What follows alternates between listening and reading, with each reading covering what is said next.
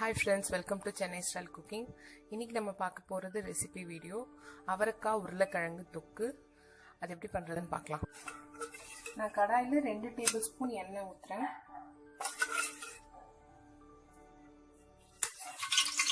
எண்ணெய் காஞ்சிடுச்சு. இப்போ நான் 5 வெங்காயம் சின்னதா அரிஞ்சது 5 வெங்காயம் சேர்த்திருக்கேன். ஏன்னா வெங்காயம் நிறைய சேர்த்தாதான் தொக்கு நிறைய இருக்கும். அதனால தான்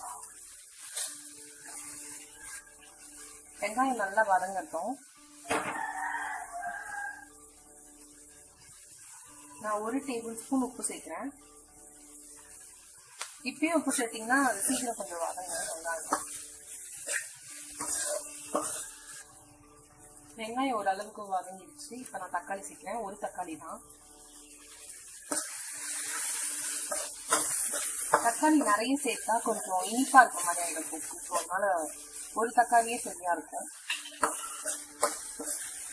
தக்காளி வெங்காயம் கொஞ்ச நேரம் நல்லா வதங்கட்டும். ரெண்டும் சேர்ந்து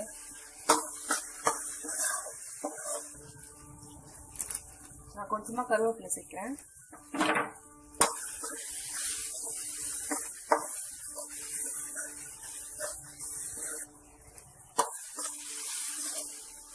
வெங்காயம் ஓரளவுக்கு வெந்துருச்சு. இப்போ நான் 100 கிராம் உருளைக்கிழங்கு சின்னதா அரிஞ்சு வச்சிருக்கேன். மீடியம் சைஸ் தான்.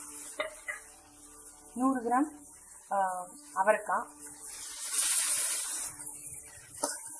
அவரைக்காய் உருளைக்கிழங்கு சேர்த்துட்டு கொஞ்ச நேரம் அந்த வெங்காயத்தோட வதக்குங்க.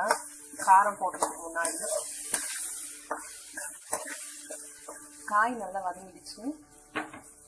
இப்ப நான் வீட்டு மிளகாத்தூள் 1 ஸ்பூன் சேர்க்கிறேன். இது ரெட் சில்லி பவுடர் 1 டீஸ்பூன்.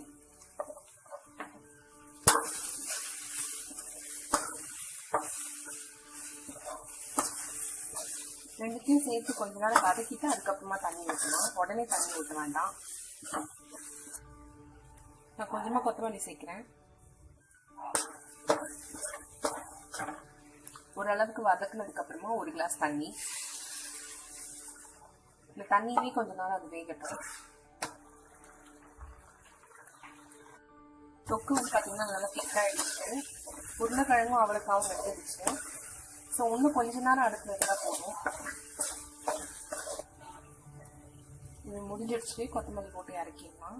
இது சாதத்துக்கு கூட இந்த தோசை சப்பாத்தி கூட ரொம்ப நல்லா இருக்கும். ஸோ உருளைக்கிழங்கு அவரைக்காய் தொக்கு ரெடி. உங்களுக்கு இந்த ரெசிபி வீடியோ பிடிச்சிருந்தா சென்னை ஸ்டைல் குக்கிங்க்கு சப்ஸ்கிரைப் பண்ணுங்க. மறக்காம இந்த பெல் ஐக்கானை கிளிக் பண்ணுங்க. தேங்க்ஸ் ஃபார் வாட்சிங்.